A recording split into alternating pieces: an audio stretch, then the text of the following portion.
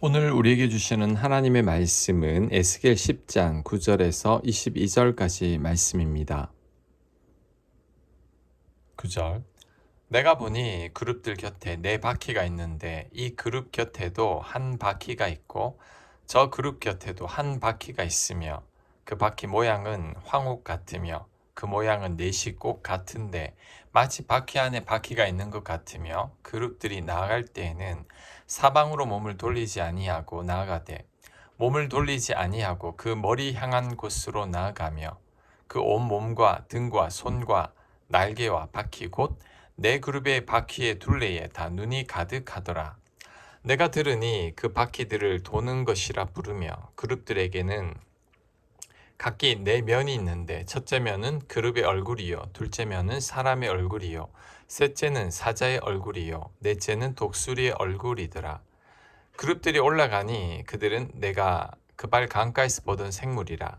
그룹들이 나아갈 때에는 바퀴도 그 곁에서 나아가고 그룹들이 날개를 들고 땅에서 올라가려 할 때에도 바퀴가 그 곁을 떠나지 아니하며 그들이 서면 이들도 서고 그들이 올라가면 이들도 함께 올라가니 이는 생물의 영이 바퀴 가운데에 있음이더라. 아멘. 에스겔이 오늘 본문에서 보고 있는 그룹들은 에스겔 1장에서 에스겔이 그발강가에서 보았던 바로 그 네 생물들입니다. 그 네 생물들을 또 보고 있는 거죠. 자, 반복적인 내용이니까 생략하고 18절로 넘어갑니다. 18절.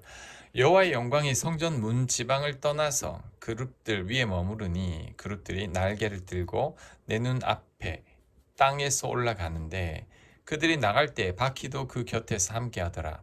그들이 여호와의 전으로 들어가는 동문에 머물고 이스라엘 하나님의 영광이 그 위에 덮였더라. 그것은 내가 그발 강가에서 보던 이스라엘 하나님 아래에 있던 생물이라. 그들이 그룹인 줄을 내가 아니라. 각기 내 얼굴과 내 날개가 있으며 날개 밑에는 사람의 손 형상이 있으니 그 얼굴의 형상은 내가 그발 강가에서 보던 얼굴이며 그 모양과 그 몸도 그러하며 각기 곧게 앞으로 가더라. 아멘.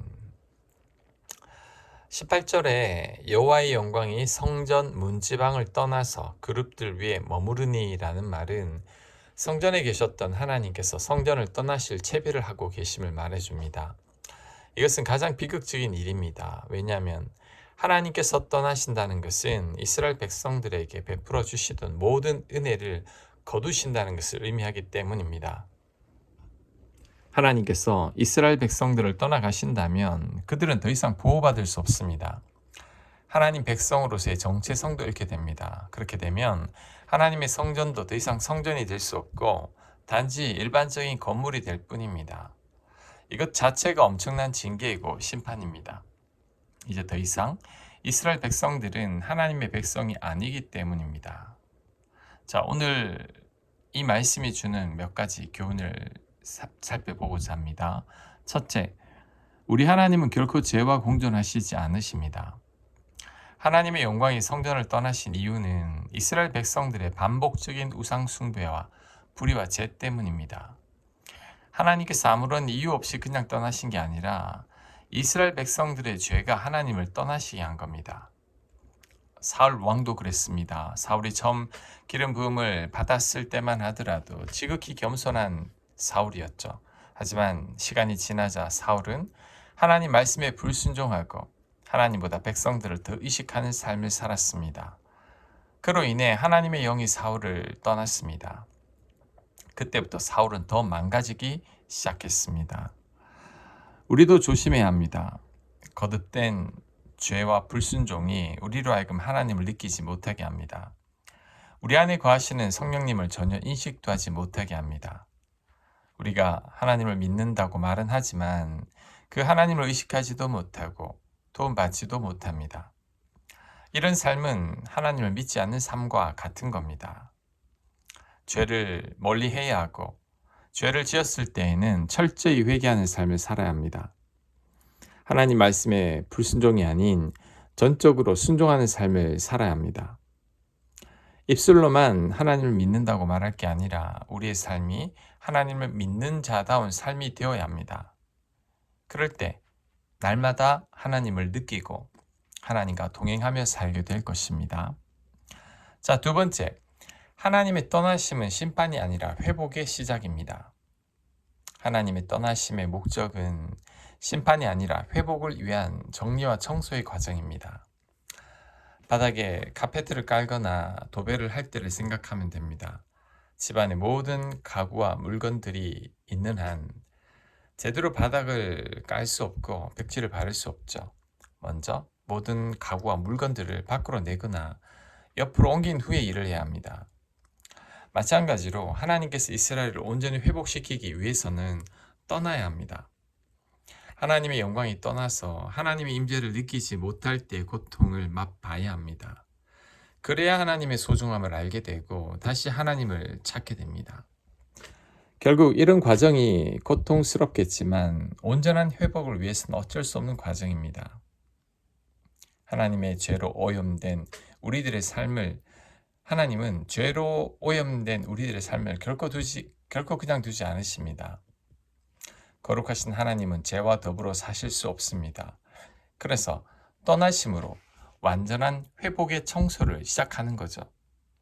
이는 다시 하나님의 영광으로 채우시기 위함입니다. 내 삶에 하나님의 청소가 시작되었다면 이는 나를 회복해 하기 위함이라는 것을 알아야 합니다. 죄로 얼룩진 내 삶에 하나님께서 간섭하시는 거죠. 그래서 보다 온전한 나로 만드시려는 하나님의 놀라운 사랑입니다. 자, 세 번째, 하나님의 떠나심은 침묵의 시작입니다. 하나님의 영광이 떠나신다는 것은 하나님의 침묵의 시작을 의미합니다. 그런데 이런 하나님의 침묵은 우리를 너무나 힘들게 만듭니다. 성 프란시스코나 마더 테레사 같은 위대한 분들도 오랜 시간 하나님의 침묵을 경험했습니다. 이를 영혼의 어두운 밤이라고 하는데 그리스도인들에게는 가장 고통스러운 시간입니다. 또한 믿음의 성숙을 위해서는 모든 그리스도인들이 반드시 겪어야 하는 시간입니다.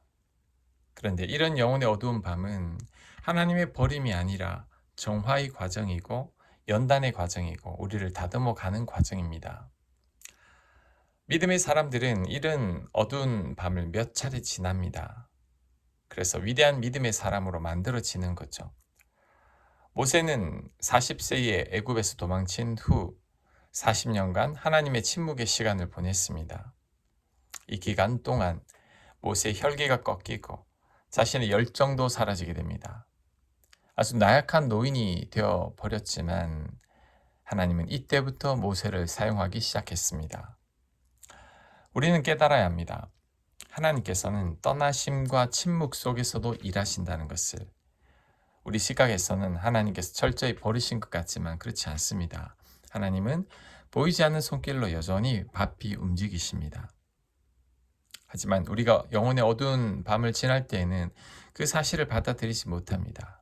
하나님께서 나를 떠나셨고 나를 버리신 것처럼 느껴집니다. 그런데 시간이 지나고 나면 뒤늦게 다 알게 됩니다. 하나님의 떠나심과 침묵 속에서도 하나님의 깊으신 사랑과 섭리가 숨어 있었다는 것을. 그래서 결국 하나님을 찬양하게 됩니다. 지금 하나님의 침묵을 경험하고 있습니까?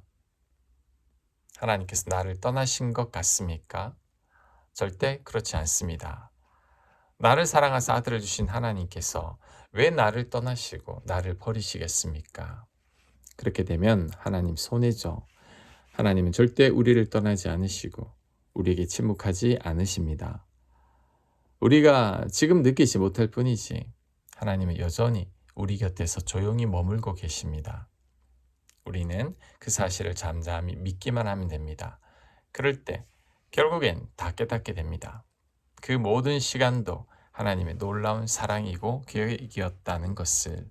그래서 결국에는 하나님께 감사하게 될 것입니다. 아멘. 하나님, 성전을 떠나신 하나님을 통해서도 많은 것을 배우게 됩니다. 또한 하나님의 떠나심이 우리를 회복해 하기 위함이라는 것도 알게 됐습니다. 하나님의 침묵 속에서도 우리의 믿음이 변치 않게 하여 주옵소서. 예수님 이름으로 기도합니다. 아멘.